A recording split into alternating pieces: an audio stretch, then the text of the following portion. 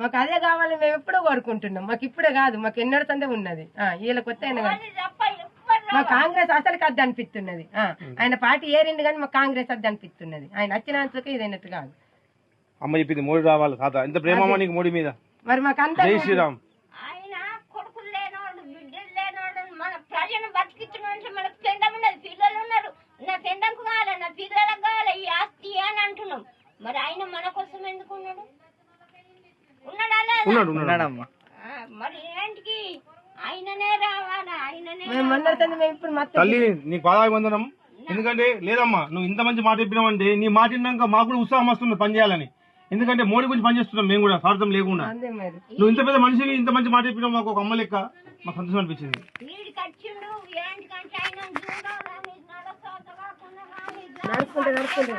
పోయి చూడాలి ఆయనను అని చూడతా.